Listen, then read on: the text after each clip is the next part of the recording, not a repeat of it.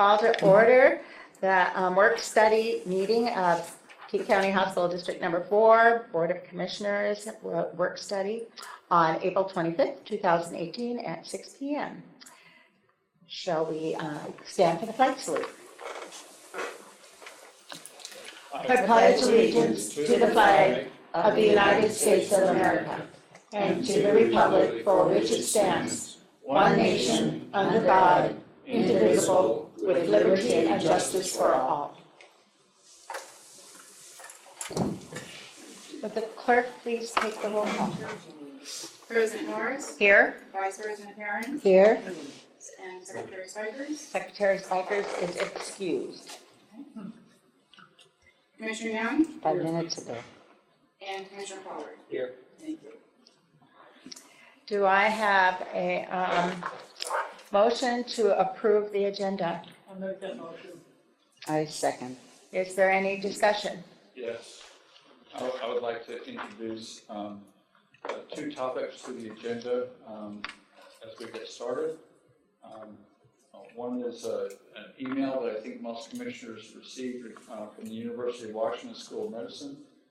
And the other, I'd like to do a little recognition, if that's of one of our attendees tonight. I think we'll probably do that in the next one we're done. Great. Okay. All right, so is that okay with everybody? That would be Sure. Okay. Let's vote on that then. All those in favor say aye. Aye. Opposed?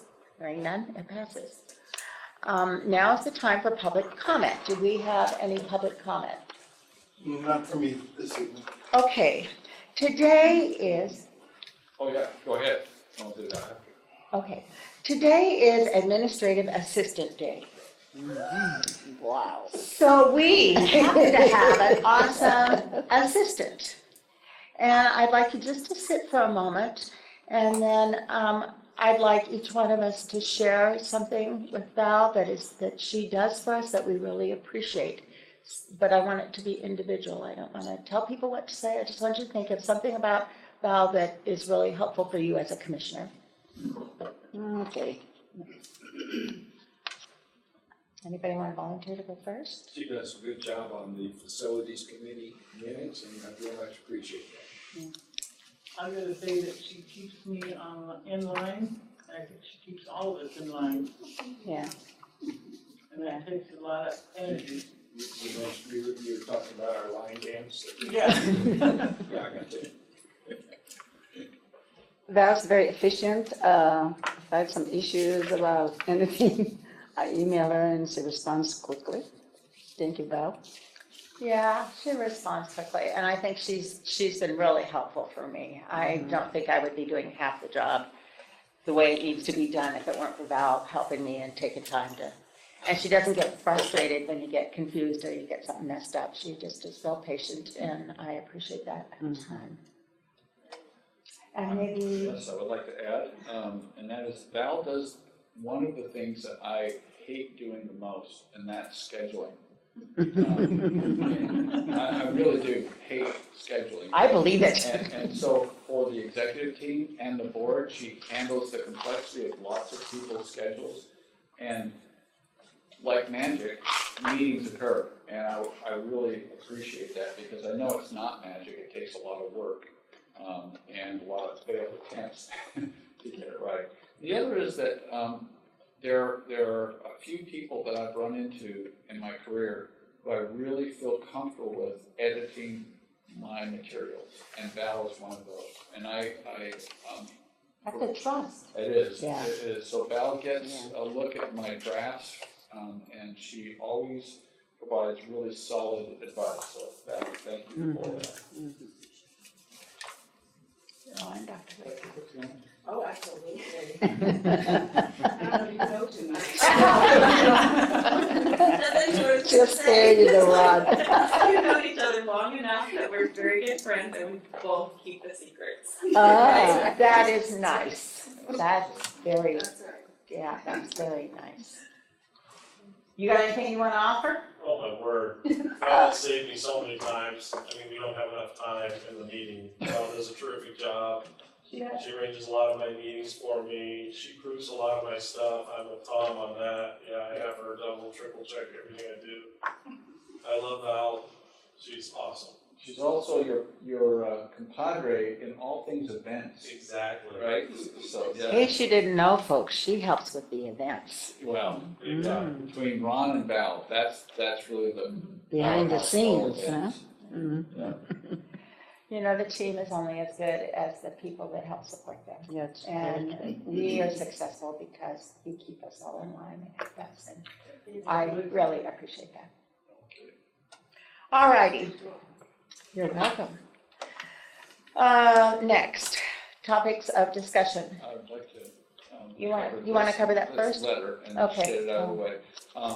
Daria let me know that she and possibly others as well received a communication from Aaron Boland, who apparently is a student at the University of Washington School of Medicine, sending out a survey of information about the hospital. OBGYN mostly.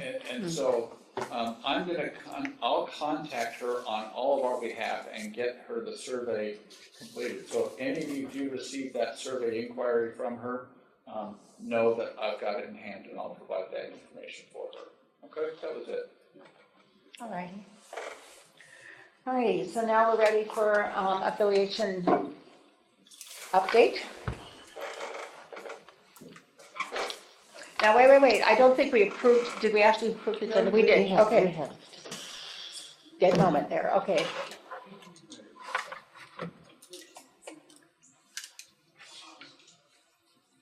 There in case you need them.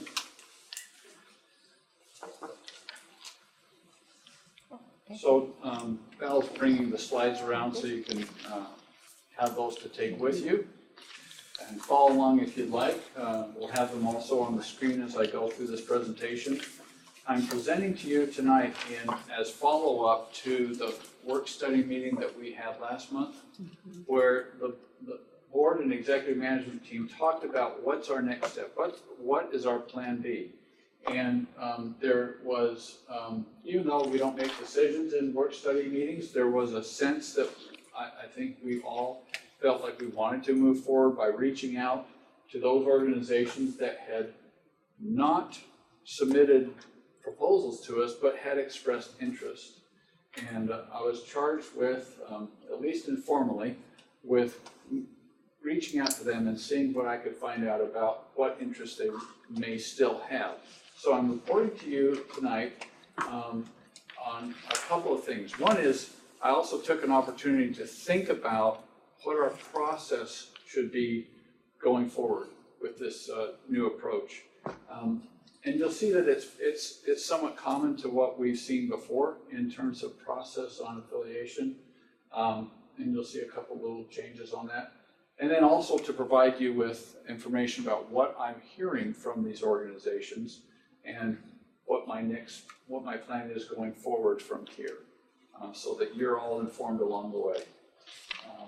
Hopefully I got so the first or the next slide here shows the process plan that I've put together that starts moving us toward the last box in that screen, which is agreement execution with an affiliate partner. Right now, we're really in this box right here tonight. What we decided to do already was we already decided that we would move forward on a plan B. We'd identify potential affiliate partners and that I would make some initial contact. So tonight I'm going to talk about those organizations that are compatible with our goals and some evaluation that the executive team and I have done on them so that you can see a profile of those 5 organizations really matched up against one another.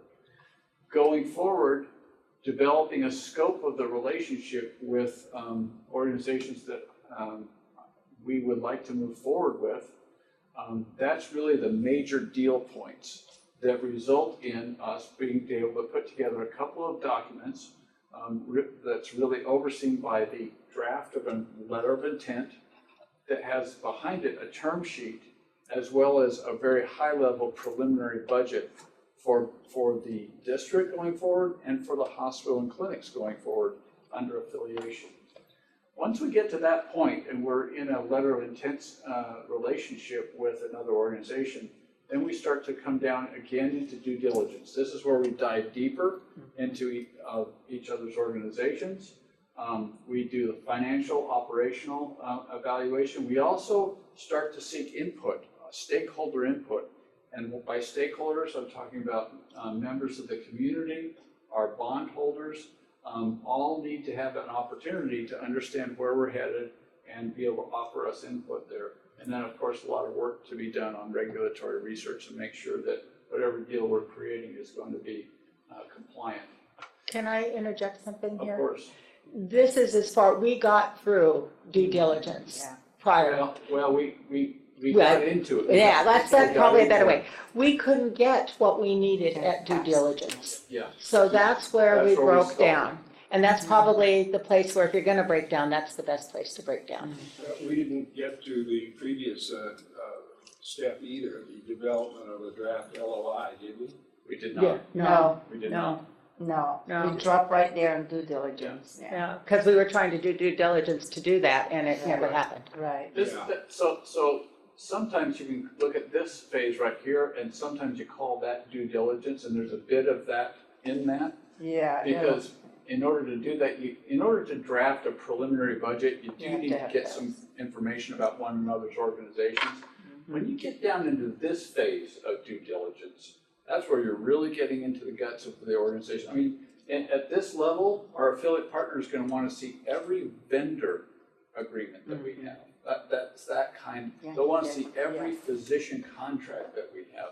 It's that level of detail that you start to get into. Is that reciprocal, that we want to see all of their? Yes. It goes both ways. Yes. Part Yeah. of, yeah. Yeah. We want to know what their financials look like. We want to know if they're able to be, if we make a Right. good partnership. So that means looking at everything. Yep. Well, I I don't think know. Like a that marriage. may have been where we had a problem last time, is they felt we were asking too much too soon. And I think if we were talking about an organization, let's just say as overlay, they won't want to share that at that stage. I wonder if the LOI shouldn't be moved past the due diligence stage. One advantage of having the LOI here is that it also comes with an understanding of confidentiality. Yeah. Now, there is confidentiality that occurs throughout the process because we're in what's called a deliberative process. And the deliberative process means that all of the documentation that we're sharing with each other is confidential until we get to this date right here. And at that point, then everything is discoverable. But getting a letter of intent is really important because you don't get any organization who will let you start to get into the details of their organization until you've made at least that preliminary commitment to work exclusively with them. And that's why what we do at this stage is we say, well, let's talk about some of the high-level structure of what this thing looks like before we get to the letter of Okay, and intent. a draft LOI would not be real detailed in financial issues or in it. It's just No. really a promise of confidentiality and a meeting of the minds and moving forward. Right. Is that correct? I love what you said, meeting of the minds, because Yeah. this is where you get that, you start to get that meeting of the minds on the concepts. And is this a lease agreement? We're gonna pay you for some certain management services or pay a management service fee? It's that conceptual, discovery and development of, well, what does the deal mostly look like? Now, and then you say, okay, you know what, it looks like we've got some potential here. You do the letter of intent with some high-level terms, call it a term sheet, and then you say, all right, let's get into the guts of one Yeah, another. and that stage is where you, like if you're buying a house, it's almost like you have to put down your earnest money to make sure that you are serious about Great analogy. that. That's really how you do it. And then there are other, in the due diligence, that's when you look at the, whether The you heating need that system. inspections and all, So that part there, that stage is the earnest money stage. I like that analogy. That's the way I look at it. So if you works. get Yeah, through before you this, sign, you have to and sign everything's something. still Yeah. looking good, then Earnest what you're gonna do is That's translate our the earnest term money. sheet. You're gonna translate the term sheet, and those are the deal provisions, into some specifics There you go. that make up your definitive Right. agreement. And then So there the should definitive also. agreement should look like just a much more detailed and legal document reflecting your LOI and your term sheet. And then once we get a definitive agreement done, and by the way, this regulatory research, I was gonna draw an arrow, but just that kind of continues through here, to make sure that everything is compliant, because your definitive agreement gets put together and you're still working on compliance issues throughout. And then you start to work on, well, what does it really look like to integrate your organizations? You get an initial plan put together for how you want to start working together, and then you execute an agreement. Yep. Now, I will say this, in the research that I've done on how this process goes, these 2 points may flip. Just depends on how you do it. Integration planning sometimes comes after you sign an agreement. My bias is that at least you need to have a high level conversation about integration planning long before you sign an agreement, just because you want to get started on that work. I think the organization should be putting their energy into this part of the process even before you sign the deal. So that's the process plan. Now you notice below there's a. So that it's interchangeable, you mean, those last right, two. Those last two. Two stages. And really, when you think about integration planning, it can start here, it will continue long after, and of course implementation is much further down the road. Now you notice I put a box around this group here of steps, and that is consultation. I will be seeking consultation for accomplishing a lot of this work. I can't draft a definitive agreement. I'm going to need some specialized legal assistance. I can't conduct all of the due diligence. I'm going to want a CPA firm to help us doing that work. But the executive team and I are doing all we can up here to accomplish this work within our current budget with our existing salary. You know, we're paid to be here. We're accomplishing this work. At what point is there a certificate of use? Great question. It becomes, it's part of the research, and when I said that line that goes along here, that's C of M, is part of that line. Okay, let's go to the next slide. So what we did is developed an evaluation criteria for these 5 organizations based on the goals that we, the executive team and the board set together. The first one is brand. Brand is really the driver of this question that we asked. We need a brand that will increase patient loyalty, community awareness of our services, and grow outpatient service volumes. That's the most important thing that we get out of this deal. Next, we want to make sure that there's a geography between the organizations that support convenient flow of patients and referrals. We want to make sure there's well, 2 things with the finances of the organization, that there's strength and also a willingness to use that strength to help the hospital and clinics to grow.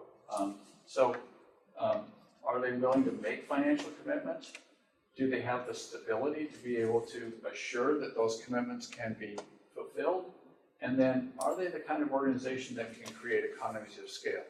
And it's kind of a no-brainer. We wouldn't be really talking to these organizations if they didn't have the size that allows us for those economies of scale. The next criteria is a commitment to invest. I mentioned that already, but we did list that independently. A commitment to community health. We've talked about that. We've heard about that. That was one of the things that was challenging for us with our first round with Astria was, how's that going to work? We want to feel that there's a commitment to that.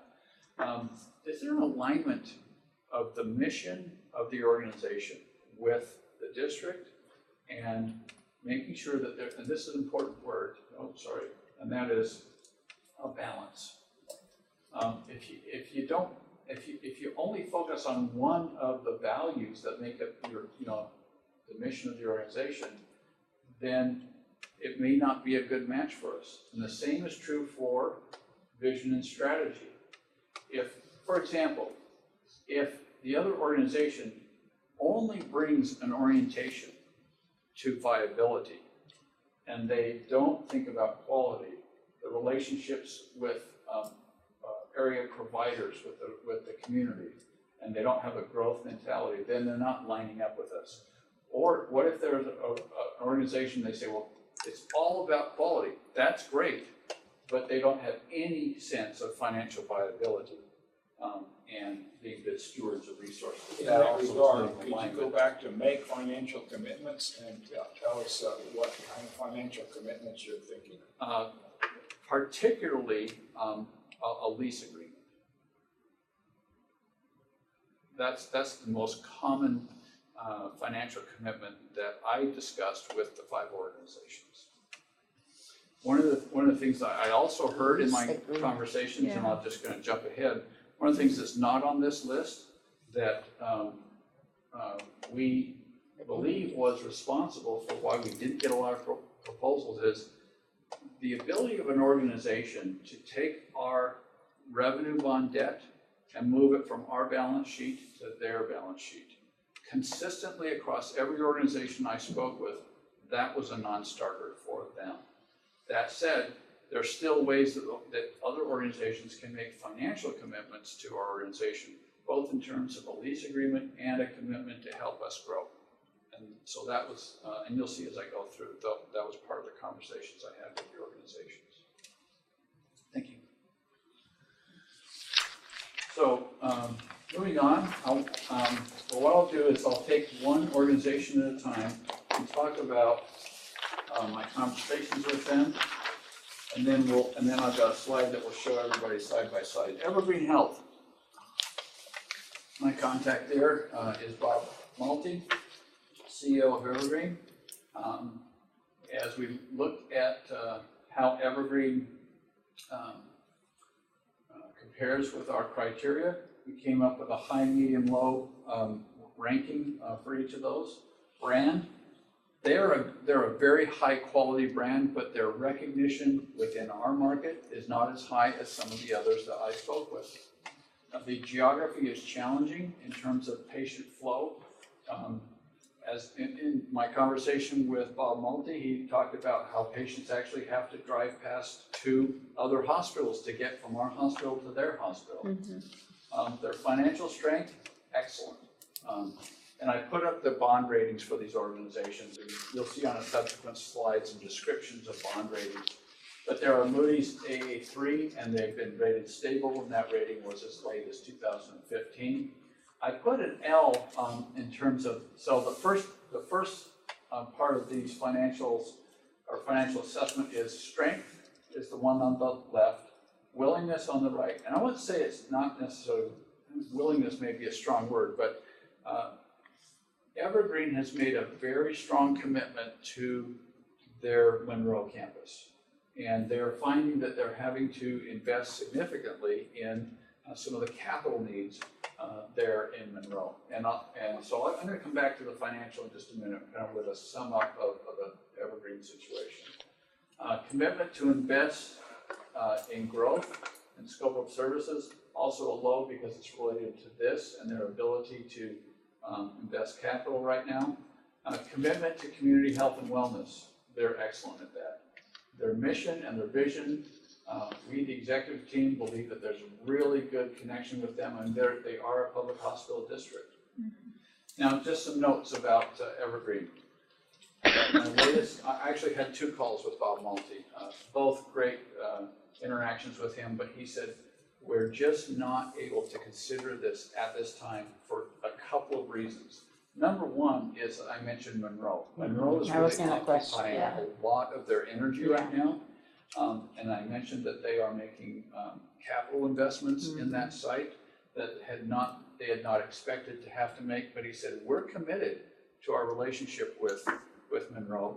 In order for them to be successful long-term, we have to make these commitments, and we hadn't planned on them, so we're having to find a way to consume those within our existing budget. The other that Bob talked about a lot was the geography. He just didn't feel like it's conducive to patient flow. There really isn't a straight shot highway between us and them. And again, the fastest route between us and Evergreen passes 2 other hospitals. Couple other things in my conversation with Bob, as you probably know, Bob Malty has announced his retirement. And he will be leaving Evergreen at the end of the year. And that just poses another variable for us to be able to engage in. How long has he been a CEO there? Oh, that has been 10 years. Oh, it's been 10 years. And for a long time, they didn't have a very good reputation. Okay, 8 years. 8 years. But, okay. Yeah, he really turned that hospital around. He's done a great job there. They didn't have a very good, You know, the whole area has grown around there Yeah. too, which has helped a lot of new development. yeah. One thing I will So say he though, did turn it around. It was not a very, he and I talked about the EHN relationship. You know, we are a member of the clinically integrated network called EHN. We're one of 3 hospitals inside that network, the other 2 being Evergreen and Overlake. And he spoke highly of our relationship with them and Overlake in the EIN. And he said, Tom, if you think strategically about what you've already achieved within EHN and some of these geographic patient flow issues, he said, you should think seriously about Overlake being high on your list. And he didn't want to overcommit or over-endorse, but he did say that to me. Well, if we talk Overlake, we're also talking Evergreen in the framework of the EHN. And that's exactly what Bob said. I was talking to one of their constituents there, and he was telling me how upset they are because they're paying $10,000 in property taxes to the hospital. They don't know where the money's going. I was just listening to him. There are several of them that were very upset because that's how much they are paying for the hospital. $10,000, this is what he said, yeah. Oh, okay. Okay, multi-care. And you may be interested, my contact at multi-care is Anna Loomis. Anna is the Chief Financial Officer at multi-care. What's her name? Anna Loomis. Loomis. Long history with multi-care was at Good Samaritan for many years in the finance department. Brand, you know, multi-care has a great brand, but it's a localized brand. It's in the cities and the areas where they currently provide services, they're very well known. They're not as well known in our market. So they're a good brand, they're just not a known brand in our area. And if we're looking for brand to be able to create movement and recapture and help solve some of the out-migration problem, they come up lower on that assessment. Geography, again, they're not that nearby partner where patients would be able to flow back and forth. Very strong financially. They have their 2017 Moody's score AA3. AA3. Now, let me just explain. Negative means that they believe at some point they may drop from their AA3 score. That's really related to the fact, and I'll talk about more of this in a minute, that they've made a very strong commitment to an affiliation relationship with hospitals and clinics in Spokane, the Rockwood Clinic organization. So that's occupying a lot of their energies. So their ability to commit to an investment of our scope of services low, but add to that the fact that they have just finished their build out of their Covington Hospital, and investment in our growth in terms of our scope of services would really constitute a duplication of the investments that they've already made on the east side. Mission and vision, really a very well-run, well-respected organization. I believe they have a high compatibility with us. So other considerations, I talked about Spokane being a lot of work for them right now, and Covington really constituting a duplication of efforts for multi-care. Let's move on. Let's talk about Overlake. Overlake has a great brand. They're well known, of course, in the market that they serve, but they're also very well known here because a lot of people from this area seek and receive services from Overlake. The geography works well, and we've proven that with our stroke and our cardiac services program, where patients from our emergency department who require a higher level of care do go directly to Overlake. Who's the CEO there? I'm sorry, Mike. the Mike. CEO is Mike Marsh. Mike Marsh, that's right. Yeah, thank you, Brown. Their financial strength is high. They're a Moody's A2, and they were given a stable rating in 2017. They're also a high when it comes to a willingness to use that financial strength, and would be very likely to enter into a lease agreement with us. Again, all of these organizations I spoke with right out of the gate absolutely would not be willing to put the debt on their balance sheet, but that doesn't mean that they wouldn't be willing to enter into a lease agreement. So what about their affiliation, say group health, if that's not? They don't have that. Yeah, they do. They work do? very closely with Yeah, Group but Health, they're and not, that is a very mature relationship. They've been working on Yeah, that forever. relationship for a long time, and that's going very Kaiser well. Permanente. That's Yeah, not Kaiser is consuming a not lot Group of Health effort anymore. right from them to make it work. It is working. But we wouldn't be, It's, Kaiser would be The relationship that they have with them is to serve group health patients, and that would be a conversation that we could have through the process, was not Yeah. as of yet part of the conversation that I've had. Okay, thank you. Their commitment to grow services, we know this because historically they have expressed interest in us being successful in growing our services. Mike has mentioned that in times past as well as present. Their community wellness programs are rich. they have a lot Very. of flyers oh up. boy. Yeah. And Very the good annual at that. events, it just, Yeah. it's out of this world sometimes. And then, of course, we rated them high on mission and vision.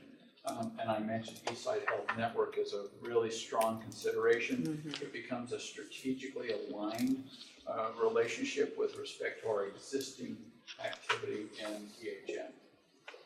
Now, we did make an effort, and Daryl was one of the negotiators, and so was Ryan Roberts, to have some kind of affiliation or merger with Overlake, and it was not successful. Right. And That have was we then, identified this is the now. reason that failed, and how could we avoid it the second time around? Yeah. So, I talked, Daryl, do you want to speak to that?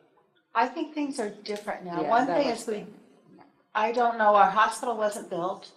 And I think that's one thing that, and I think we had some personality challenges a little Yeah. bit too.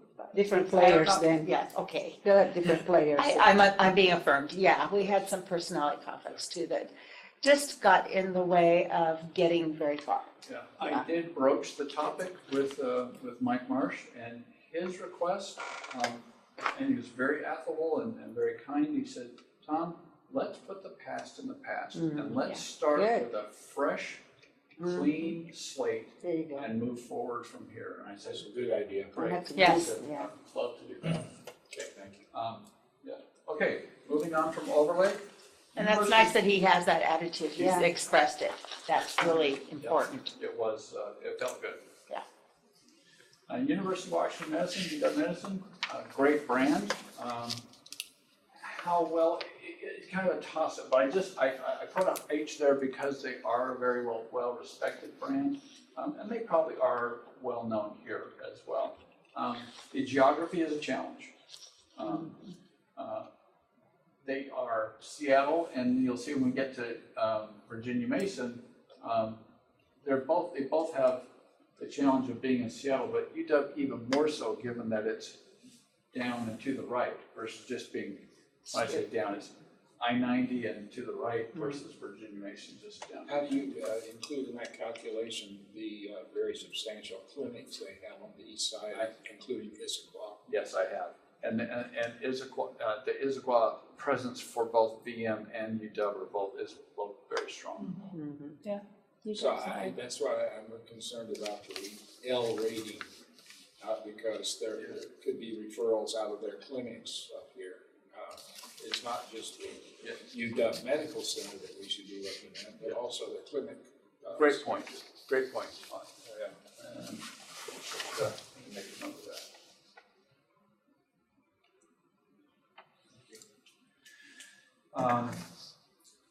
Financial strength, they are a Moody's AAA. You don't get better than AAA. It's the best rank that Moody's gives. Their outlook was negative, but you can only go down from a triple A rating. Is that looking at the entire market and saying healthcare market is going to go down and therefore it's negative or something like that? It's actually looking at the entirety of the University of Washington. Just the university? Which includes all of their operations and hospital. Yeah. But they're a very strong organization financially. The L is related to their strategy though. And the strategy that they have for affiliation is their network strategy, which they characterize at, oh, by the way, at UW-Medicine, I was working with Ruth Mahan, who's their chief business officer, Ruth Mahan. It's described as what she calls a capital lean approach. And that's a nice way of saying we're not really set up or ready to invest capital dollars in our network partners or our affiliate partners. So the commitment to grow our services, I gave a medium, which may be even a little higher than reality is given their capital lean approach. Their commitment to health and wellness, I think, is high, and they are working on building a statewide network. And mission, values, vision, and strategy, I gave a medium, and it's because they have, in their strategy to build their network, they brought in a company called RCCH. And RCCH stands for the two letters of each of two companies that came together. One was RC and the other one was CH, and it was regional care and community health. These are two for-profit organizations out of Tennessee that came together, and they're providing consultative as well as deal-making services to the University of Washington under an LLC that they have formed. So when they decide to bring in a network partner, they approach it with two organizations working with that new affiliate partner. One is the University of Washington, which brings all the quality processes, all the clinical processes, and the other is RCCH, which brings all of the leveraging for economies of scale, as well as driving efficiencies in those organizations. My concern is that RCCH may not be the kind of organization we really want to be working with long-term. My concerns were raised when I understood that they were for-profit. Yeah. And so that's why I gave those medium scores. Would that affect our nonprofit status? It would not affect our status, but it would certainly affect the way that we would be expected to operate. I'm really disappointed that they are so involved with that Tennessee outfit. I don't know what it is, but they've got these Tennessee for-profit management companies that are running a lot of hospital systems, including Astria. There are a lot out there. Yes, there are a lot. Yeah. And I think Was it, are they, so Tennessee must be, it may be a great strategy for them, but again, that's why I put medium on the mission. I'm very disappointed. Okay, let's move on to Virginia Mason. Virginia Mason has a great brand. It's very well known here. In fact, in this room are 3 former Virginia Mason employees. You may not know that. Dr. Wickup, Joan, and myself all have worked at Virginia Mason. and who's the CEO there? This, the CEO is Gary Kaplan. Gary, thank you. Is who? Gary Gary Kaplan. Kaplan? And I worked with Carrie Shannon, who is their Senior Vice President of Strategy and Business Development. In fact, Carrie first came into the Seattle market about a year and a half ago. Actually, no, 2 years ago, and she just started making the rounds. And I applaud her for doing that. She got out and she toured all the hospitals in the area, and she has actually toured our hospital. I have a friend that's a health professional, her husband is also a physician, and she swears by Virginia Mason. She just loves them. Great brand, great brand. I get 90% of my healthcare from The geography medium, it's a ways, but it is you get on I-90 and just keep going on to I-90. I'm gonna say Not too something bad. that I Yes. found out at a meeting, and I think I talked to Tom about it, that Washington State employees, Virginia Mason has done, they did a whole lot of work to make the insurance payments, et cetera, better for Starbucks and Costco. One, they have the total control of Washington State employees. Washington State employees go to a specific hospital somewhere in the state, and the patient has free transportation, free housing for them and their families while they're there, and So is that in Virginia Mason? Is that Virginia Mason that has that hospital? or- Yeah. So their geography, again, a medium. Their financial strength, their Moody's rated Baa2 and stable. That was 2017 that they received that rating.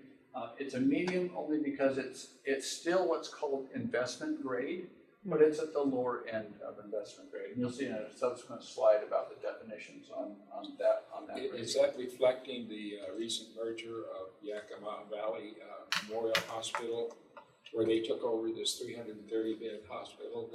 Has that affected that rating? I can't say that because I didn't see the full report from Moody's. I just saw the rating. But it is absolutely consideration as part of my notes about what they're working on right now. And then in terms of willingness, they do have a lower financial profile than others, so that may affect their ability to make financial commitments. So that was one of my concerns with Virginia Mason, and it related and carried over into the commitment to invest in growth. Their commitment to community wellness, excellent. Joan just gave a nice endorsement of that. Thank you. And really, really strong on mission and values. Vision. This would be a medium. One of the things that was very clear in my conversations with them, and it comes back to the brand, is that they guard their brand very, very closely. That it means everything, and I think that's great. When I thought about the balance of that, and, how they balance the brand with the driven by quality, and then where they are on viability and their Moody's rating, I thought, okay, maybe that's a medium rather than a high. That said, they do have a very active history of managing costs through their group purchasing organization.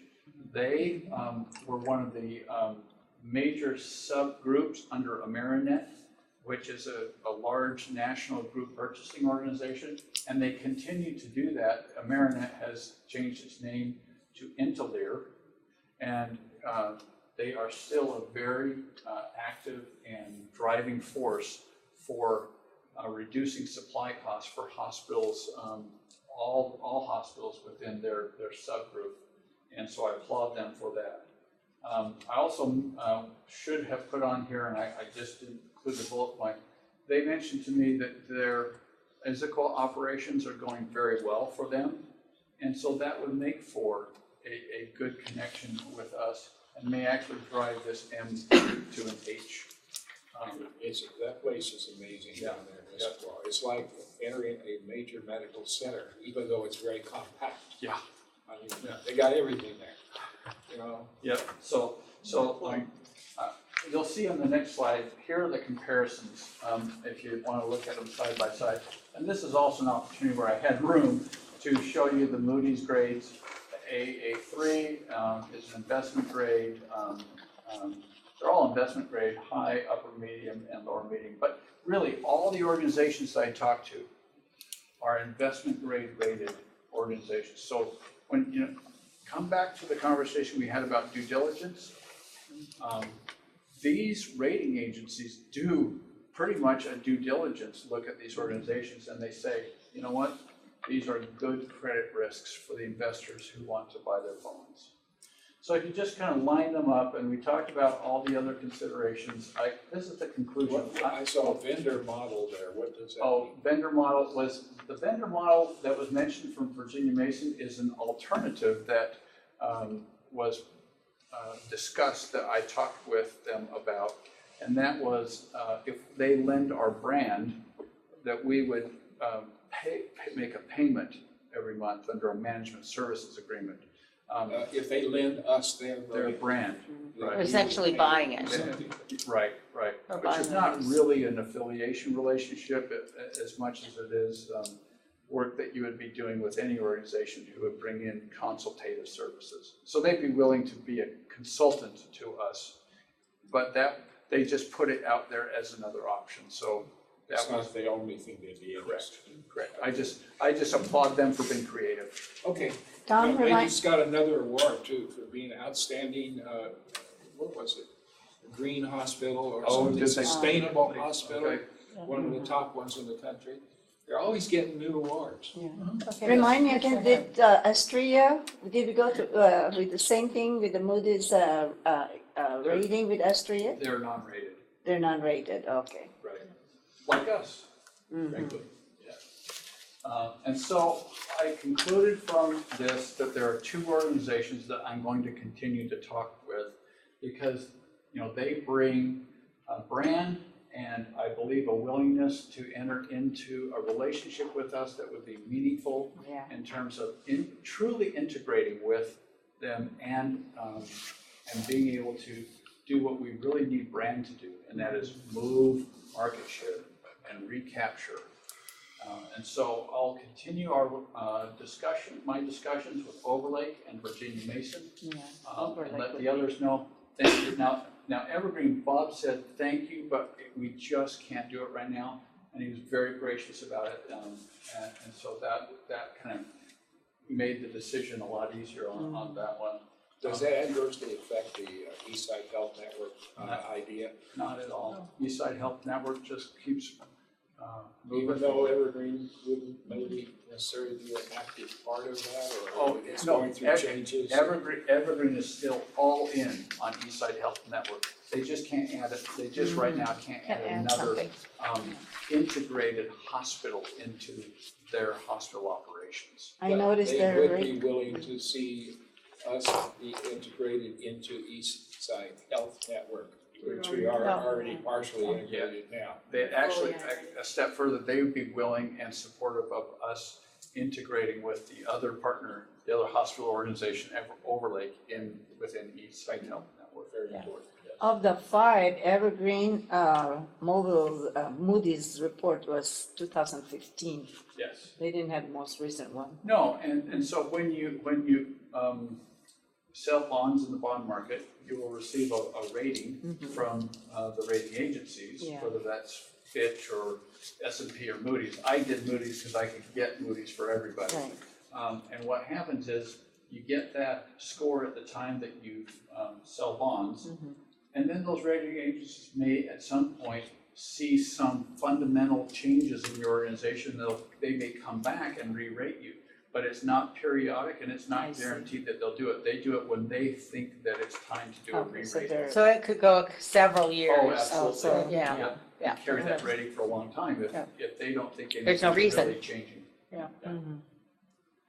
So just back to where we are, I grade this part out, since that's behind us, we're here, and my plan now is to continue with our two organizations that we identified as ones that really fit the goals that we established for affiliation, and see if we can get some alignment with them around the scope of what a relationship would look like, And, and I'll bring that back to you. Yeah. Next. In your contacts with these, especially these two organizations, were these telephone contacts or in person?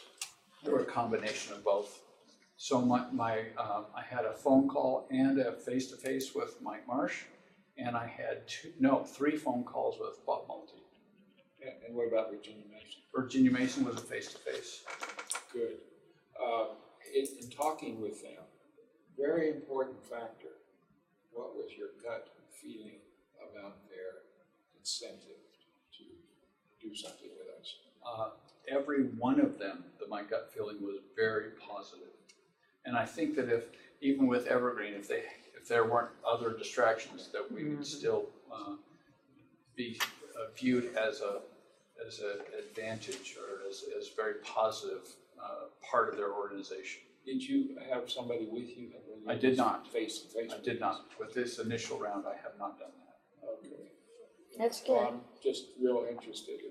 It's okay, I think that's good that you, yeah, really smart. I hope you are really smart really approach. in Virginia Mason, because this was really our first contact in this regard with Virginia Mason. From us, From us, personally, really. yeah. Yeah, went very well.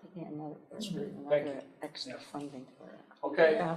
That's the update on affiliation, and I'll keep you informed as I work on the next box. Could you give us an idea of future contacts, how soon they're going to occur, and how long the process is taking? That is the one thing I couldn't put, I tried to put that on there, and I thought, I can't put it up there quite yet, because I want to go through this next round of Yeah. conversations with the two, and try to put some dates on it, but at this point, I just couldn't get dates firm in my mind. because We'll eventually get There's a there. bit of unknown still there for us, Commissioner Pollock. Thank you. Okay, I'll turn the time over to Dr. Wickup to talk about our quarterly quality report. Very good. Oh. Thank you. Right, well, hopefully you will see that this looks incredibly familiar, so we've kind of come up with our structure of what these presentations will look like. So the first, I'm gonna do that. I'll do it.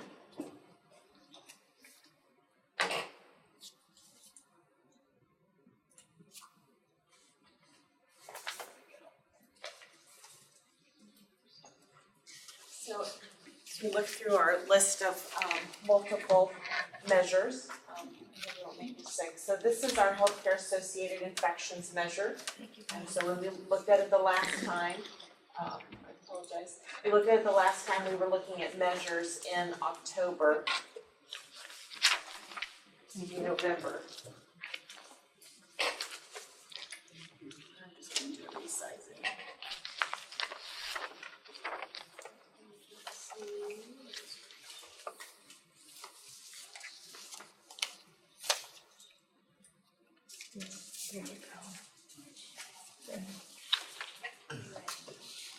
So again, sorry, we're ready to go. So you see the healthcare associated infections where we were really high, over time, slowly bringing that down. Here we are continuing the trend definitely in the right direction. The scale is, however, somewhat misleading, because just one patient can switch that scale tremendously, right? So Yeah, absolutely. don't be too impressed with the ups and downs, is what I'm saying. So that hurts. But and that's why I really say you need to look at the big trend. And so while little ups and downs can be misleading, looking at it but this is high and it's moving towards a low. I think that is all you can really say. Yeah, you're exactly right. It's And improving remember too, this is It's our improving. reference point. Yeah. And so again, this is 159 other facilities, and that's why you have the large numbers is what flattens your line out. Are you saying that our rate is higher than? Our rate is higher, that's right. Yeah, So that's be exactly- impressed about it. What's that? Not being. You don't No, wanna we don't wanna be You high, don't no. wanna be higher here. You don't wanna be higher. We wanna be down low. Down low.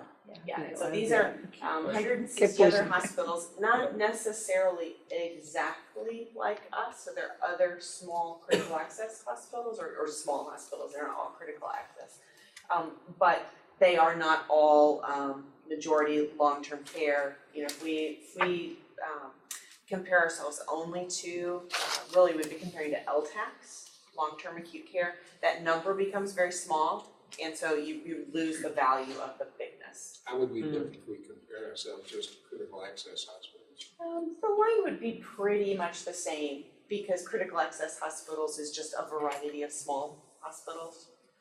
They don't have the length of stay that we have unless they do a robust That's- swing bed. And that's why using an LTAC would be the right comparison group, but then you lose the value. So I don't have a problem that we are comparing ourselves against somebody who's not exactly like us. It becomes a really great, it doesn't change the goal.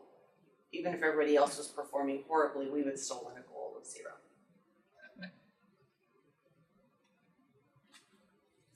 This is unassisted patient falls. And again, this is, as Mr. Paul was bringing up, one or 2 patients can really change your rates. And so in the month of February, we did have 2 extra falls that really drove the number up. Now, neither of those were with injury, I'm glad to say, but we tend to stay in this range.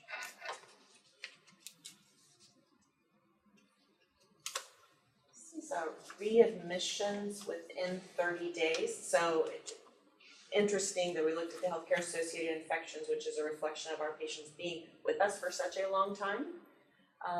And here the exact opposite, in that because our patients are with us a long time, we're able to execute really good discharge plans for them and they don't come back for readmissions. So this is us way down here, down at the absolute 0 line. Good. Do you separate out swing bed patients and acute patients in these measurements? We don't, we keep them all together.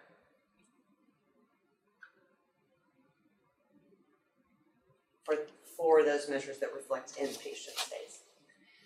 This is an emergency department measure, so this is the median time to transfer a patient from our facility to a receiving facility in the circumstance of an acute MI. So that is limited to that circumstance, and that's why you see that we don't have a lot of occurrences, but I keep it on there. This is median time to an EKG in the emergency department for anyone presenting with chest pain, not just those who result in having an acute MI. And so our number, the goal for the industry is 10 minutes or less. The goal for our county is 8 minutes or less. The goal we have set for ourselves is 5 minutes or less. So what happened when we got that? Right here? Yeah. So ask the same question, and there was one patient who presented with some very unusual symptoms. Made it difficult. And so, yeah, they didn't, it was 13 minutes into it before they realized that they needed to get an EKG for that patient. And so the 13 minutes added to the time that they'd already been in place for the triage. So it's not that they were just waiting. No. This is not wait time. This is diagnosis time, really. This is time from their initial contact with a healthcare provider, so we call it triage. So it's from the time of triage to the EKG. So it's from first opportunity to actually getting it done. Okay. So waiting room time doesn't count. Right. Right, and we used to say our waiting room time is close to nothing. If they had decided Immediate that triage. patient did not need EKG, we wouldn't have that line. That's right. Right. Yeah, they decided that person didn't, well, you mean they decided they didn't need it and never got it? We would have faltered on a lot more than the time to EKG. There would have been a lot of other gaps in care at that point in time. Because doing the EKG was the right thing to do. This is a throughput measure, so still in the emergency room, but this is not any particular group of patients. This isn't your chest pain patients, this is your MI patients, this is all patients. So how quickly do they arrive in the emergency room and depart the emergency room, presuming they are going home? This is only those folks who are going home. So again, we are right at that national average. So swinging around on either side of it, but right at the national average for the amount of time that it takes to process through our ER. So 2 hours. This is a measure of how quickly they are seen by a physician. I will tell you that, so obviously we're doing great. Our numbers are low. The wording of this measure, it's a national measure, the wording of the measure says door to diagnostic evaluation by a qualified provider, a qualified professional. And because it's not indicated, what does that mean? Yeah. Nurse, doctor, PA? Many hospitals use their first contact with a nurse, and that's fine, that's not bad. We chose to do it doctor. So this is how long it takes for them to have the first face-to-face encounter with our ER physicians. Oh, okay. Because we already knew that they were getting to see our nurses very, very quickly, I mean, within, if not 0 minutes, a minute of their arrival. So they're still doing great there. This is a measure we're continuing to work on. So this is getting pneumococcal immunizations to our inpatients. It's only about folks that are admitted, and are we getting them their pneumococcal immunization? So we've bounced around. We were doing poorly, popped up, did well. It was really being hands-on monitored, and as soon as she backed away, it fell off. So some more processes that had to get put into place to sustain that. In this regard, what are we doing to reach out to the community to get them to get the Prevnar 23 and the Prevnar 13? Because remember, we got an award once because of how well we handled the pneumonia cases, and pneumonia is a life-threatening Absolutely. situation. And I think people don't realize that even if you had the old, I think Prevnar 13, you need to get the 23 now. 21 was first, was old. Yeah. 13 is the newer. Oh, 13, okay, so if you had the old one, you still now need to get the 13. And I don't think that the public knows this. Everybody who comes into our clinics does. Yeah, but don't you think we need to get out to the public with this? Us, the King County Public Health Department, CDC, Yeah. everyone together is working on getting that message out. A lot of public service announcements are starting to roll out because it is such a valuable, the best time to pair it up is during flu season when people are already open Yes. to receiving immunizations. Yeah. And that's also where we get our greatest exposure to folks who we don't see in our clinics. Yeah, But we still engage with them, and so we offer the vaccines as part of our and when we flu. talk about deaths from flu, we're really talking usually about deaths from pneumonia following the flu, is that correct? That is correct. It's usually a different variety of pneumonia, but you are correct that that's usually what the cause of death is. This is one of several measures about communication of information when we're doing a handoff of patients. So this is the scenario when you're moving a patient from our emergency department to another hospital, so a higher level of care transfer. And that this is a measure of, was the communication complete and timely? There's about 7 elements that go into what makes it complete and timely. They have to be all of those things in order to be a success. So the emergency department continues to they can't do any better. They're at 100%.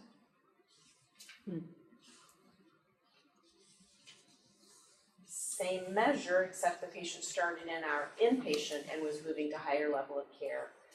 Some ups and downs. Not as many patients are transferred from our inpatient. So again, one patient causes a big swing. But this represented one out of 3 patients in the month of February had success, time, and complete. Most of the failures are in time, not complete, but the time factor is what it falters. So again, they're working. I think we'll all be, because I want to see it too. They've put some things in place that I think will be very impactful. You know, it intrigues me that that's always a challenge for any ER. I mean, it was when I was working, getting patients out of the lobby into a room and seeing is just a challenge. You never know how much staff to have, you never know how sick people are gonna be. They may have been sick all day and decide, after work hours, you get a whole new slot of people. This though these are patients they're already inpatients, they're already upstairs. Okay. And they've become ill and we're needing to transfer Them out. And so this is all us. And Yeah, it the staff is. is the same. It is. But it has to do with divisions of care and internal communications as well as external. Doesn't change the goal. No, but Same. you're working on it. Same scenario, except now these are patients that are in our clinics being transferred into our emergency department. Wow, okay. And we don't have that many patients that are transferred from our clinics to the emergency department, and that's why you see several months here, there's no occurrences. What about from swing bed to ED? We don't transfer do that. from swim bed to ED. No. ED to, To a bed, not Right. ED to, not a bed to ED. Gotta close the loop. So if you have a patient who's in the hospital or in the clinic, you've also, and you're sending them back, you've gotta make sure that the communication follows. So again, the emergency department, doing great. Did have a little falter here, so that was very startling to them, and I'm sure that when we look at this the next time, you'll see that number pop right back up to 100%. They found a small gap in process, and that has been immediately rectified. They're really proud of their communications, and they should be. And then this is, again, your inpatient that you are discharging, and did you get the communication timely and completely to the clinic provider that's gonna be picking up? And this is, again, not doing so great. Found out that what they discovered right around this time is that the social workers are so involved with our swing bed discharges that they were the conduit for getting this accomplished. And they are not part of our inpatient stays when there's a discharge. And so they're having to work on identifying a way for some consistency to cross over between those two patient types.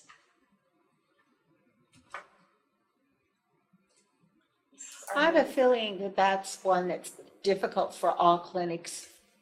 I mean, I see that in the clinic that I go to UW, and I get part of, if she has referrals for me, some will call and we'll get things set, and others don't happen. Now, because I read my notes, I know what needs to happen, but if you're not computer savvy and you're not doing that kind of stuff, you can easily fall through the cracks and go back a whole year later and some test or something they want done doesn't get done. yeah. So Overlake has a really nice system. They have that one chart and you can just plug in That's there. what, yeah. And you doesn't, yeah, it's really nice to see what transpired. well, I wish I Because could I go to say- Overlake. Yeah, oh, we all have the patient portals now. Yeah, I So like much that, our- yeah. ours is called It's patient really portal. helpful. How does it work for seniors? Do most of the seniors have it, or is there a population that doesn't do computer? It is super curious that there is a significant number of seniors that do great. They do great with it, and there's some who choose not to participate, claiming maybe they're not as savvy with the computer. Yeah. That same proportionality goes right down through all the age groups. That's interesting. Yeah. That's interesting. Yeah. Okay, Yeah, it's very, very interesting. What about adverse overdoses from things other than opioids? This is a measure, adverse drug events due to opioids is a measure that is monitored by the state, and that's why it's here, it's one that we measure. Now, if you're asking the question, do we have adverse Other. effects in our system that are from other?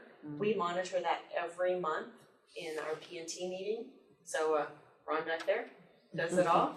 And so we have a system where we are watching for any adverse effects from a medication. But we don't have to report it. We don't have to report it. I got it. No, opioids is the only one that there's a State state required. level collection of this information.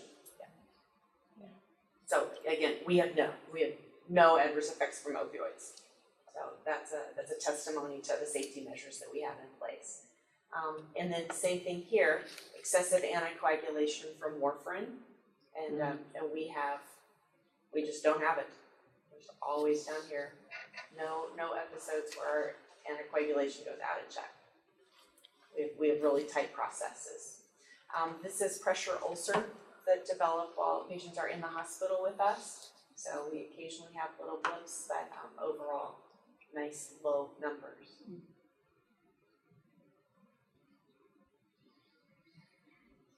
Again, back to adverse reaction from medication. So low blood sugar is a result of insulin in our inpatients.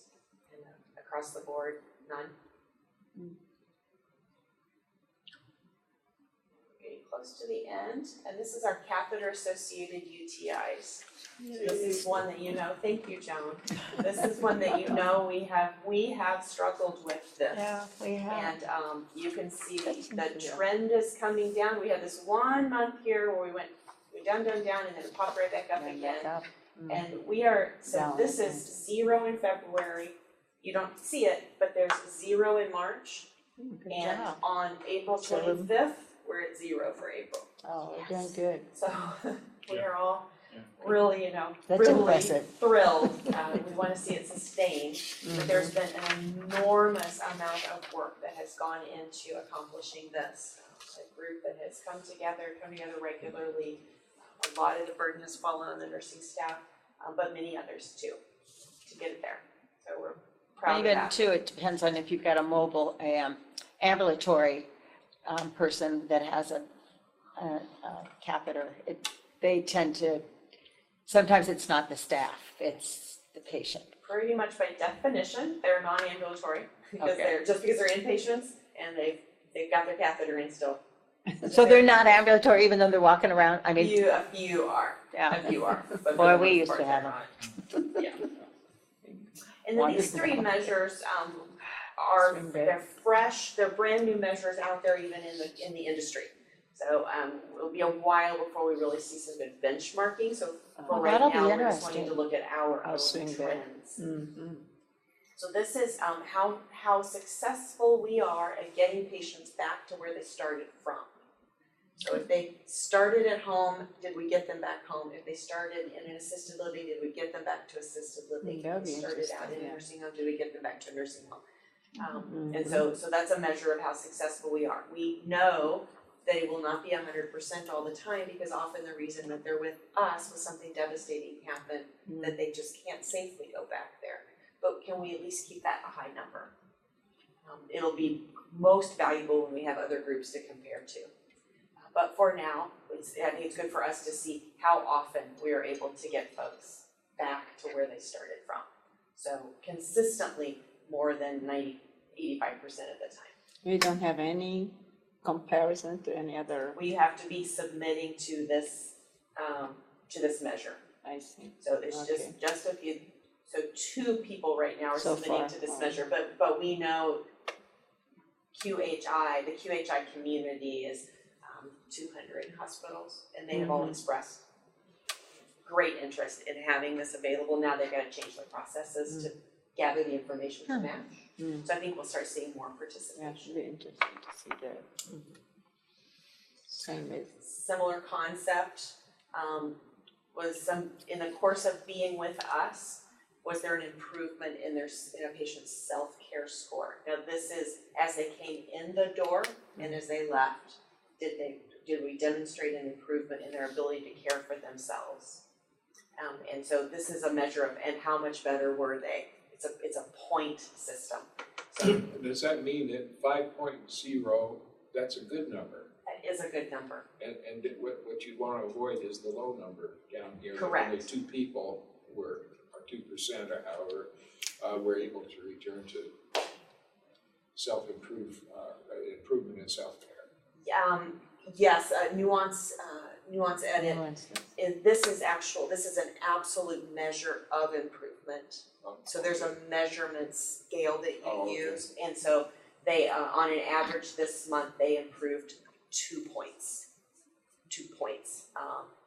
This month, the group of patients who were discharged had improved 5 points. So it depends on see, your yeah, patient mix. So that could include occupational therapy. This is And, a reflection of, so this actually is a reflection mostly of occupational therapy, mostly. And I'm just gonna go on to the next one, because this is a measure mostly of physical therapy. Mobility, So yeah, self-care is occupational and right. mobility is physical therapy. And same concept, it's an absolute measure improvement. Is there any relationship to age and what they were prior to? I mean, the injury can be such that if they're older, it's going to take more of an impact on them, and they may not recover the same than if they're Yeah. younger? Do we, This is a measure of when they rolled through our doors, that's baseline. So the okay, injury has already happened or the illness has Got it. already Okay. occurred. all right, So they already are in their debility state. okay, Now, So- how much better did we make them? okay. How much better did we Okay. get them? That's what we're looking for. And again, greatest value when you have others to compare to. Yeah. So Regardless you of don't age. have a baseline, I mean, if they were somewhat, had issues already before, like they were having a sore hip and had problems with it before, and now all of a sudden they fall in and it's broke, does that have any? Let me give you a different example. Okay. The person who has had a stroke, but they are maybe living independently. Yeah. In the community, they have a certain disability from their stroke, but they Right. still have a functionality. Mhm. And now they have a horrible complication following a surgery. And so they come in really just not capable of caring for themselves at all. Yeah. They started at a very low score, and it was not related to the stroke that they had before. That was no different at all. Mhm. And they still have a certain recovery. They may not, if it weren't for the stroke, they might have been able to recover even more, Mhm. but they still had a recovery, and that's what we're measuring. Is the Oh, so It's really related to the incident at the time. the individual. Well, a specific incident that just happened. Okay. Okay. That makes sense. You get Mhm. something, Yeah. Emma? Yeah. You okay? All right. Episode, for every episode, that's how they did. Yeah. Yeah. Each Measure episode it. is The the same. episode is the, Every yeah, episode. Yeah. the episode, yeah, okay, yeah, I got it. Take us back. The other thing I want to talk about then, for the quality measures, is patient satisfaction. So, last quarter, when I presented to you, I gave you an overview of 2017, how all of our 4 groups performed in 2017. And I just want to come back and dive into those areas that were low. You know, we weren't satisfied with where our patient satisfaction scores were, and just give you some insight into some of the activities that are going on around those measures. To help improve them. To help improve them, that's right. Thank you. Because we do patient satisfaction scores every month, and we look at them every quarter, but they don't change. They take six months to a year to actually change. So let's look at what we're doing about it. So our inpatient scores, just a reminder, this is what I showed you last time, and so we're gonna be focusing on the red boxes. So the first red, this isn't a red box, actually, this is the reality, in that we have low participation rates.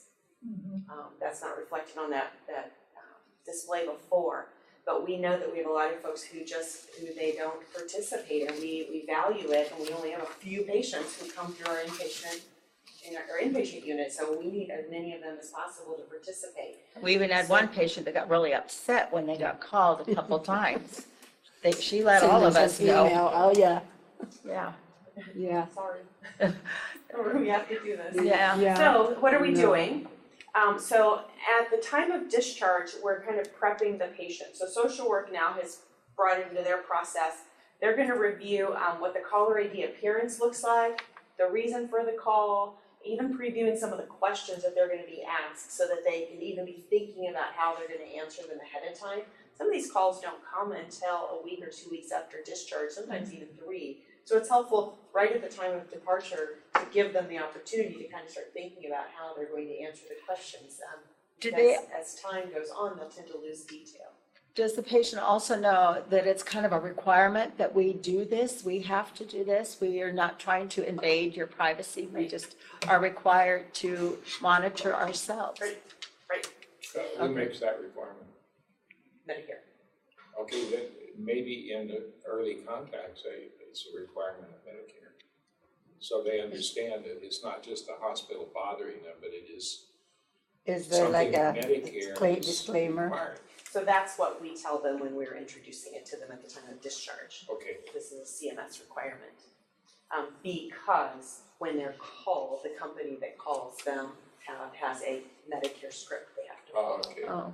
Yeah, So they can't, but some don't understand that it they is. won't offer apologies on Medicare's behalf. So Okay. so again, so we're prepping the patient. We're also confirming the discharge phone number has been updated to the system, because many of our patients will not go back maybe home immediately. Maybe they're gonna go stay at their daughter's house for a couple of weeks. Maybe they are going to a nursing home, maybe they're going to assisted living, we talked about that there's different places they go. And the phone number in our system is what's used to call them, that's what we upload to the service. So we're making sure that the incorrect phone number isn't the reason that they're not participating. And then Tom has also constructed a letter from him to the patient that goes into the patient's discharge packet. Everybody walks away with the discharge pack. And so there's a letter from him saying how much we appreciate their taking the time to do the survey, how much we value it. This is a CMS requirement, and that it has great implications for us as an organization, and how can we improve if you don't tell us. So, If the patient is disinclined to respond, is there a way to reach the spouse or the caregiver that may have heard feedback from the patient as to how he or she felt about the treatment? Only if the patient is incapable and have identified somebody else as their spokesperson, they can do that. So there's opportunity. Do you ask for an alternate phone number from the patients as they have, just in case? So that's giving permission to call the Yes, other so number? We have a variety of phone numbers that we collect from the patient, and we upload all of those to the system.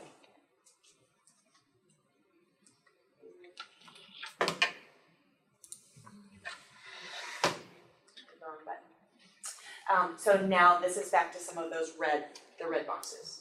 So one of them had to do with physician communication.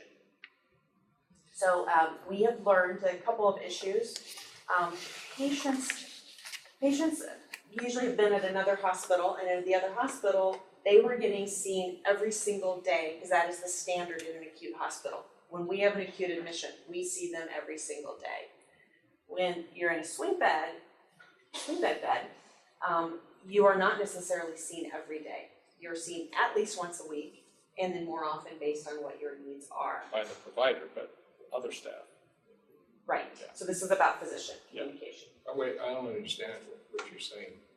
Now, are you saying once a week a physician will make contact? At a minimum, once a week, a physician will see a swing bed patient. Swing bed, yeah. Often more than that, based on the patient's needs. If they have something going on that they need to be seen more often, they do. Maybe that's a requirement for sniff level care. I guess I'm a little surprised that it's not more often. No, it is because we're under the sniff regs when it comes to, for this part. So our patients are seen probably every 2 to 3 days is how often time lapses in between. Some patients seen every day, some every 3 or 4 days, but every 2 to 3 days is how often our patients are seen. What we realize is that the patients don't understand how they went from being seen every day to being seen something less than every day. And so we All of a sudden, they feel unimportant. they feel that just that the communication isn't happening because I'm not seeing you. Okay. So we have changed the welcome packet, we've modified the welcome packet, and we've drawn attention to the fact that the visits are less than in an acute hospital, but rest assured, there's information that's being reviewed on a regular basis, and we modified it to bring it to the front page. The hospitalists also have adopted a script that when they see the patient for the first visit, they will make sure that they let the patient know through the scripting that we worked on, that setting expectations. Yeah. I'll see you in a couple of days. We don't need to see you every day, but we see you in a couple of days. You may need to just get a How hold often of do they see me. nurses? I mean, Every day, all day long. Doesn't that more or less satisfy their It does. need for contact? The question they're being asked more on on the the survey physicians. is about physician communication. Okay. There is another question that is about nursing communication. And so there is an opportunity for them to talk about that as well. But this question is specifically about physician communication. I should probably pause and also say, this CMS survey is constructed for acute inpatients. It's not constructed for swing bed patients. We're the ones who have chosen to include our swing bed patients in these measures because we feel like there's a lot to be gained from it. Yeah. But the questions don't lend themselves, and But again, I think it's fine, I think there's still an opportunity to get feedback about But it. it's nice we're taking that extra step to review, to look at all our services, even if it's not required by CMS. I think that's nice. Just make sure Yeah. you're doing a good The job. hospital Getting lists ahead of are it, yeah. also, we've had a lot of conversations about the value of just the brief visit. The other part of communication is tell me what's getting ready to happen. What's happening is the patient wouldn't necessarily hear from the hospitalist what's getting ready to happen. They would come in and say, I saw you a couple of days ago, here I am again. I did some things yesterday and I've got some things planned for tomorrow. And that was frustrating to the patient that I know something happened yesterday, I didn't know it was gonna happen and it caught me off guard. Yeah. And so the value of just that quick little poke in the door, hey, I'm gonna have them draw your blood again tomorrow morning, I didn't plan on it, but I saw something yesterday, just to let you know, I'll come tell you the results when I get them. That the value of that brief visit. Yeah. Just so to important. keep them informed and in the loop. So again, these are things that we're just working on, so get that going. So the next measure that was a red was a responsiveness of the staff. So this is responsiveness of the staff in general. So this is, I think it's worth pointing out, a reality check, which says that our staff are actually very responsive to call lights. So let me show you, I had them pull some That's good. stats for us. I got 2 days, so you see 2 different days. This is, AM and whatever's the PM. 23rd, what was that, Monday? So this is Morning. daytime hours, so midnight until noon, and then noon until midnight. Were these picked at random? No, what do you mean by These random? particular days? Random, or did? No, because I'm doing this tonight on the 25th, and I chose yesterday and the day before yesterday. We could have chosen any day, I just chose yesterday and the day before. So, day before yesterday, those nurses and CNA staff on the floor responded to a total of 163 call lights being set off. So you're sitting here, are you having PTSD? Yeah, are you kidding? Yes. So they had a total of 163 That's a huge number. call lights that they responded to day before yesterday. And so now this breaks it down into each hour. So in the 6 p.m. hour, they received 8 Wow. calls and they responded within an average of 1 minute and 7 seconds that they were in the room. How many staffing per patient? What's the ratio? Per patient? No, There's patients per, 5 Patient per- patients. 5 to 6. yeah. 5 to 6 patients. 5 to 6 per patients per nurse. per Oh, CNA. okay. Oh, that's pretty good. In the 7 p.m. hour, they received 14 phone calls, responded in 1 minute and 50 seconds, and in the 7 p.m. time is also when they're doing shift change. So they're very engaged with shift change and still able to pull Wow. out and keep people from having to wait to toilet. 14. Oh, So just to orient to what those Yeah, numbers are. Is there a way to do the shift change at the quietest period rather than maybe the most active? No, because this is when they show up to work in the department. from work. It's reporting, it's a report. reporting, Yeah, yeah. it's So one team to the next team. mostly this Yeah. is to demonstrate to you that it almost doesn't matter what time of day, they're getting in there really fast. That's wonderful. And Does Medicare set standards for response time?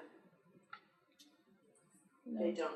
I think it's the goal of staff, though, to make sure that patients are attended to right away. And you can miss something if you don't answer How it far every once in a while, huh? Do we have any comparisons with other hospitals on response We time? have anecdotal experiences from other hospitals, anecdotal reports, so I don't know anywhere out there that people report this, because most people are embarrassed by their numbers, so they don't put them out. But we have anecdotal reports from our patients That's coming great. from other hospitals and talking about their waits of 5, 10, 15 minutes. Yeah, I would say that with Gary's mother. Our Yeah, we standard, experienced that. our standard is 3 rings, so there's a cycling to the ringing. And so I think they're 30 seconds apiece. Some of the people that have used our hospitals, I hear some good news. Oh, I was treated very well at the Yeah. So I've heard a lot of that good comments, and it shows probably The Bishops, the way, this is yeah, great. This is yesterday. because we have Yesterday- several here that's, Yeah, yeah, They responded that's to wonderful. 177 calls yesterday Mhm. over the course of the day. That's And again, good. you see them scattered around. What's our And, census? So it just needs, 25. yeah. I Just- figured it had to be a pretty full house. So anyway, reality says that they actually are responding quickly. So the problem then is patient perception. Because this is patient perception, that's what this is patient Yeah. satisfaction. So let's recognize that it's, our problem isn't that we don't respond fast enough, Yeah. but the patients are walking away perceiving that they haven't To responded fast enough. So now, what is it that's causing them to perceive that we aren't being responsive to their needs? So one of the things we know is that many are irritated that they have to wait for assistance with their transfers. You know, I wanted to get to bed, to go to the bathroom. At home, I would just have to go to the bathroom. And here you tell me I have to press a call light and wait for you to call, wait for you Tommy, to come. help me, Yeah. And the one time that I didn't, you did kind of chastise me because we're serious about this. We're serious about it. Until we have told you you're safe, you need to call and wait for us to get there. We will get there fast. But they're irritated about that, and so that is a perception problem, and so we have to continue to work with them on that. And I also, they do only often recall the one time they did have to wait a little longer. And they were, and that's, we can't change that. So one of the things that we're working on, that Heidi and the Med Searching is working on is how do you set reasonable expectations for patients? So that answer is still being crafted. But you know, how do you help patients realize that here's our standard, and so here's the expectation you should have of us. Please tell us when you don't meet that standard. But just so you know, it probably is going to be maybe 2 minutes. So call earlier if you feel like I'm getting ready to go to the bathroom. Go ahead and call. Don't worry about waiting to the last minute.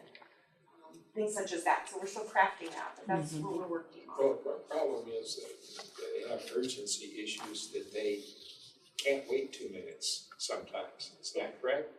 So it's not that they're unreasonable about willing to wait 2 minutes, it's because they have, say, a urinary urgency problem that they couldn't predict. Right, which we are well aware of those folks in that standard. And so somebody who is in that situation, we actually have, it's called a toileting schedule, so that somebody will come through on a very regular basis and say, you know, just while I'm here, do you want me to walk with you to the bathroom because you're just going to get your bladder emptied because otherwise you get in those dire situations. Yeah.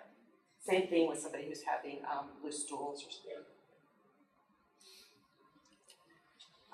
Communication about medicines, and this is kind of a broad question that they're asked on there. So we have two different areas that we're working on. One is when patients are discharged, enhancing the education that they receive. So the pharmacists are going to take over discharge medication education from the nursing staff. It'll really stand out to the patients as they depart as a concentrated teaching experience that I think that's a great idea. they were with, you know, face to face with, you know, a subject matter Pharmacist, expert. While our nursing staff is capable of providing education, the level of education that they get from the pharmacist as a subject matter expert is just, you know, one step definitely up, you know. And the other thing for medication administration is all during the course of the day, our nurses have a standard practice of this is for your blood pressure, this is for your diabetes.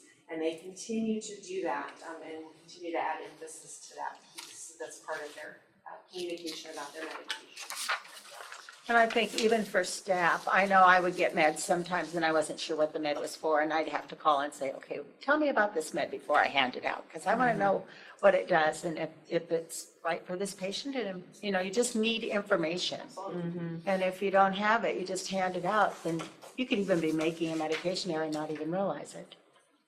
Exactly, the village.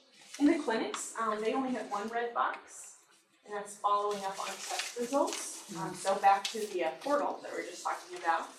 So in the clinics, patient portal is our method of communicating normal lab results to patients. So things that we've been doing in the clinics, really increasing messaging to patients about the portal as a resource. You know, we've had it for a while, but it was enhanced to the point that we could really start using it about a year, maybe a year and a half. So we are at every opportunity telling patients, find your results on the portal. Are you signed up on the portal? Do you want us to show you how to get signed up on the portal? Why don't you come with me right now? We'll get you signed up on the portal. We have video displays in the lobbies. And my physician, I get a notice, your test result has come Yeah, in. they Don't do. tell me what it is, they just say so that I know I need to go check the So portal. they will get, anything new Yeah. comes onto the portal. So if they got an appointment, they had a lab result, if x-ray results, the windows are ready, they will get a text message and an email that says you have new information in the portal, and you do a click to launch right on in. Can the patient contact the physician via the portal? Yes. Because I'm on the Virginia Mason portal, and it's amazing. I can Yeah. it's send a really- message to my doctor, and usually within 24 hours, I get. You can make your appointment or schedule your appointment too on that. We don't, Yeah. our One chart, portal, I have they one can't- chart, yeah. overlay as the one chart portal. Yeah, our portal, you can't schedule your appointment. Oh, you can't? But you can initiate, you can say, I need to schedule an appointment with somebody, call me, Okay. and that'll be done. Or I Yeah. need to reschedule my appointment, and you can give your, I need to Yeah. reschedule, it needs to be 2 weeks from now. And so they'll call, and so now they're on the phone prepared to say, so here's an appointment I have a couple weeks from now, will this work? Do we evaluate from patients how user-friendly the patient portal is? Because, it can vary. As long as you don't forget your password. Oh, you do, Your call 'em. password or whatever. All that requires is a phone call, I forgot my password, and we'll say, okay, reset it for you. Give you another Yep. one, yeah. You'll get a reset. Yeah. Get a reset request, it's very, very simple. So are you getting But ours- feedback we are. about the patient portal? We That's are. what I'm asking. And, we are, and it's curious, the same feedback we get is the same feedback that Overlay gets, that Evergreen gets, everybody who has a portal, we all get the same feedback. They're not. That's because people are people. Yeah, they are. So it actually makes me feel fine that we all get the same feedback.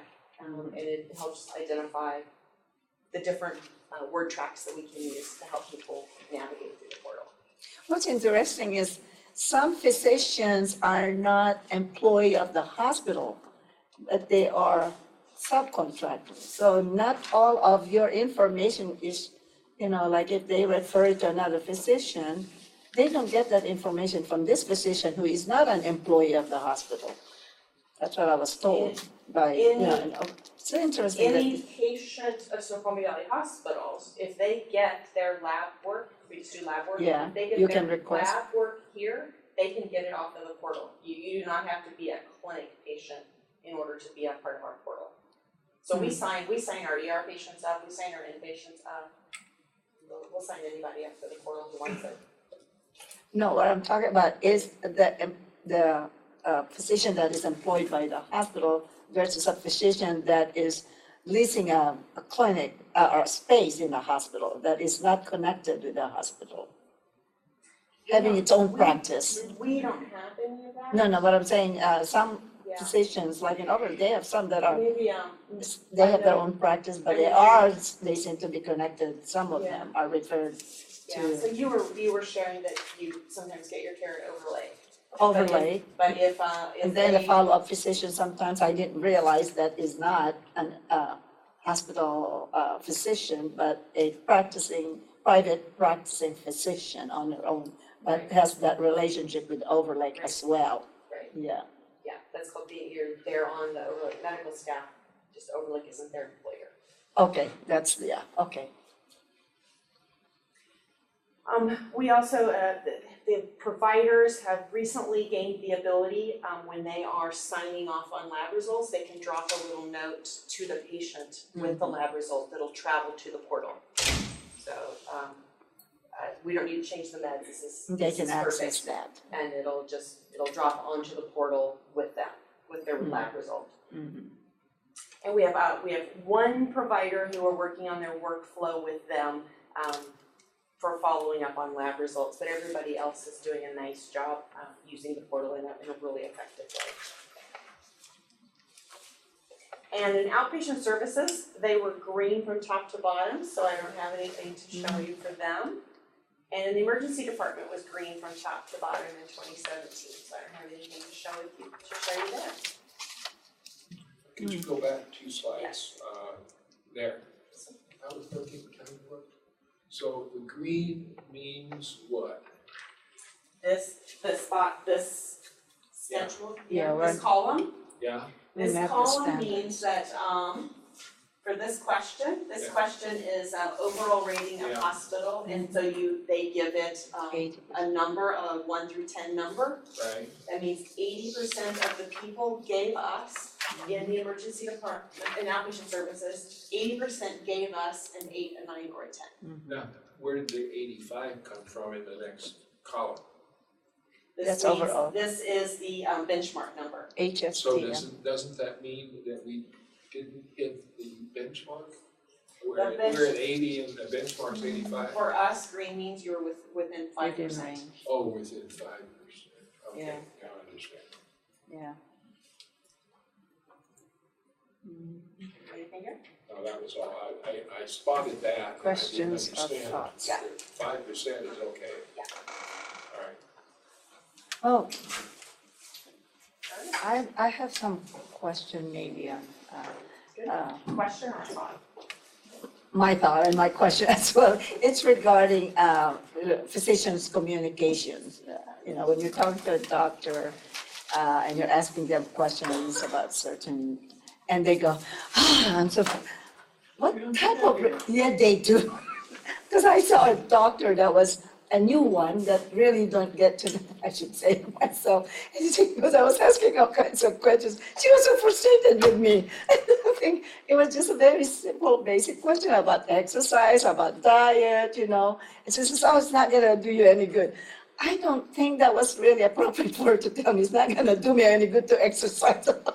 And I'm so frustrated. She went like this, and I'm thinking. So what I did, because this was referred, because I thought, oh, okay. So do we look at some of the comments from previous patients, which I did, that the hospital, or there was some rating about this particular physician. There were quite a few negatives there that validated my feelings about it. About your My reaction, your yeah. reaction and your And it interaction. validated, there's a lot from Issaquah, from Redmond, but there were some, the positive ones was good when she was just starting with this hospital.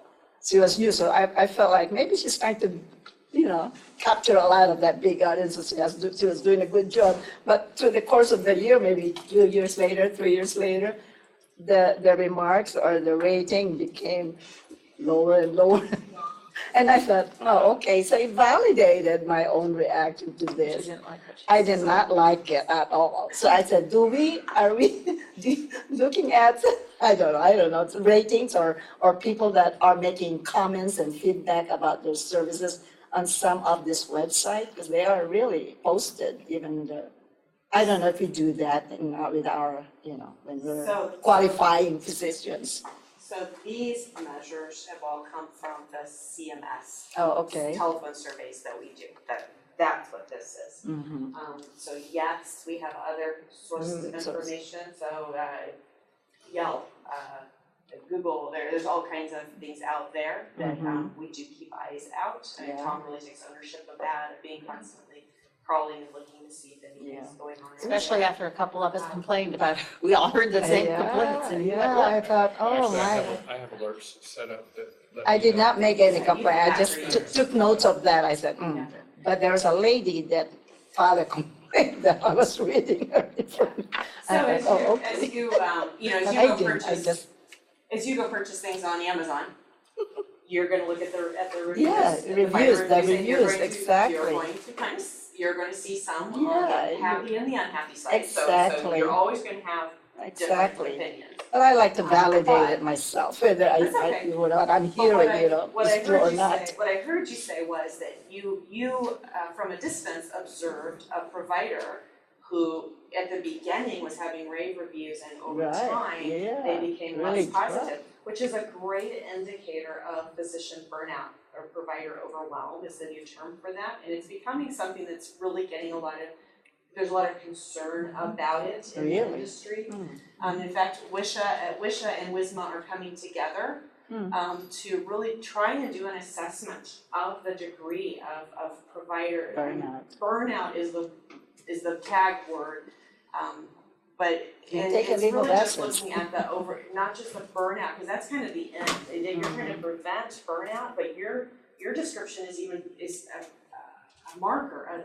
Yeah, it's only like attention, 2 years. attention. It's when you're just at the overwhelm stage. Mhm. And so WISHA and WISMA are coming together to administer a statewide survey to try and really get an understanding of how significant is this issue, because our anecdotal experiences, our reader reviews are coming back saying, we think the problem is real and we need to measure it so we can figure out what to do about it. And in the measuring process, we can identify really where are the areas that it's the greatest issue so that we can prioritize and put attention there. I think the Because bad. it's well known that, that the industry has becoming so highly regulated. Yep. There's so many, the regulations, the structure, the EHRs, the timing, the reimbursement is falling down. Yeah. You just start listing all the things that make this quite different than what it was with Stressful would be the word. when those of us who entered years ago, and it's very different than it was then, those coming in currently have a little better idea of what they're walking into. But still, the burnout overwhelm is a problem. I know, and I think as a physician, you have to assess yourself. Am I okay today to meet that patient and, get to know this particular physician didn't even know me. I mean, she only met me once, and to give me that type of attitude was not very, appropriate, I think. You gotta know your patient and start, that's how you communicate and get to know one another and ask questions and, Sure. that's how I'm supposed to be. I'm Well, thinking, oh my many God, people- what did I do? Many, we are comparing it to the Marcus Welby of years ago, where, they were in Yeah. practice for themselves, just their practice, and the relationship was everything. And we've moved to a mostly employed model now. And in the mostly employed model, there are expectations and standards being placed on that production worker. And so, just like you're experiencing the mismatch between the way I want you to be and the way you're being, they're experiencing that same thing of, I want to practice in a certain way and I'm being treated Have as to a do this, production this, and worker this, yeah. because I've got to get in and out of the room. I have 7.5 minutes in the room to meet everybody's expectation, keep my patient satisfaction scores high, have good outcomes, meet all of my measures, and I'm not going to get paid anywhere near the amount that I thought I would get paid at one time. So it is the inconsistency between expectations and reality on both sides of the exam table are real. And if we don't do something about it, it's not going to go anywhere good. Because we're going to start having negative patient outcomes. Not only that, we'll have a shortage of doctors Right. because We they're, already Or are. leaving the Yeah. profession Already. because they couldn't handle it anymore, Yeah. Yeah. Already, because I they're tell my not- doc, when I was looking for She patient was- satisfaction survey after I got out. my But doc, anyway. she lets me dictate what I want. And I'd send her notes and say, thank you for thing I like is you're willing to listen to me and Yeah, let me have that's some what I kind of like, charge. too. And she's good. And someone who can really explain and not just, oh, yeah, take this, take that. And they, okay, why am I taking this? What is it for? I have to ask. Yes. That is, you effectively use colors on the clinics of red, green, and yellow. And I wonder if maybe it would be good to use colors also on these charts, where yellow is caution because we're not at the benchmark, rather than just green, and we can be green because we're within 5%. See what I'm saying? So the yellows that you're seeing on the other side means that you're more than 5%, but within 10%. So you're at that next quartile. Oh, so Just nobody on those two that are all green, they didn't have anything that met the yellow or met the red criteria. Oh, okay. So the criteria is the same through all of the slides. Is that established? We cannot adjust that, because it would seem to me it'd be useful to flag those indices where we're below the standard. Yeah, I'll answer two ways. The color choices is for us. Yeah.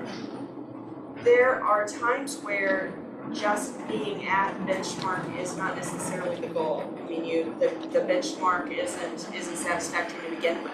I mean, you want to be definitely better than that. It really has more to do with what we are setting as our own goals. But if you're not even making the benchmark. So the right? benchmark, It's on the benchmark's red. probably a bad word, and I'm the one who used it, and I shouldn't. Just a comparison to what everybody else is doing.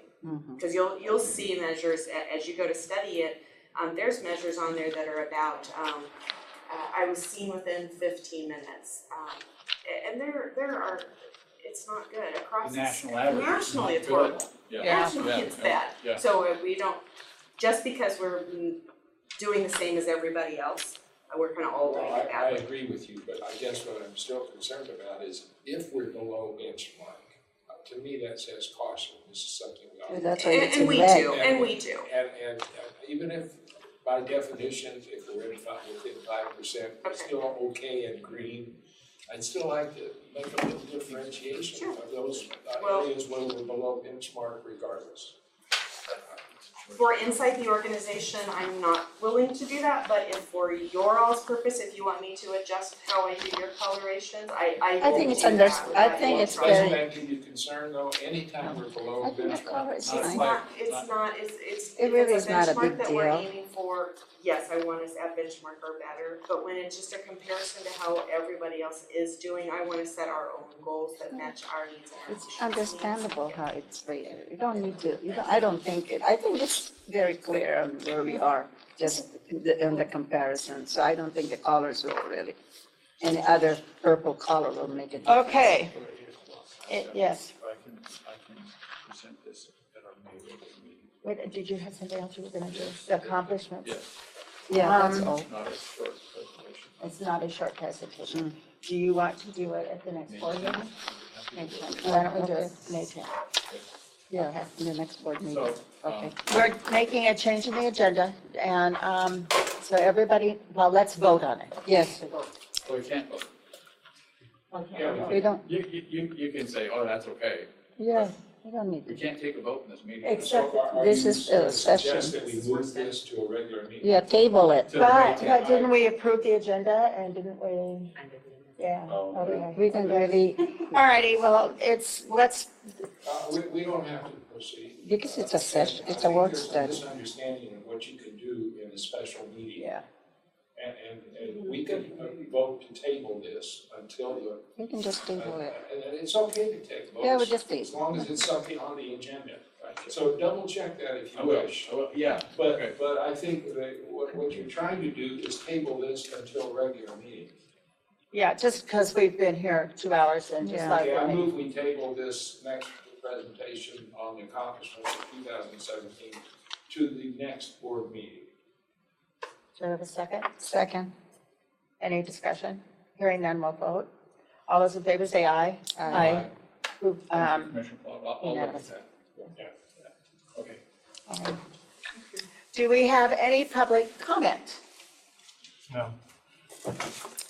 Hearing none, we will move on to upcoming board meetings. We will make an announcement. Thursday, May 10th, 2018, 6:30 is the hospital board. And work study will be Wednesday, May 23rd, 2018 at 6 PM, Snoqualmie Valley Hospital. Do I hear, we don't have to do a motion? Oh, yeah, you should do it. Okay, do we have a motion to adjourn the meeting? So there will We not, adjourn the meeting. can you have just a second? Mrs. Herron just moved Just, that. yeah, so Wednesday, May 23rd is good work study schedule, correct? We're not gonna make any more changes, knowing that Not that I'm aware of. Memorial Day is coming up and all That is that the other stuff. regularly scheduled date. Okay, so okay. Just, all right, thank you. Got a motion. Yes, I have a motion. We've got a second. Okay, All those in favor say aye. Aye. Aye. Opposed? All right, it passes. thank you. We are adjourned.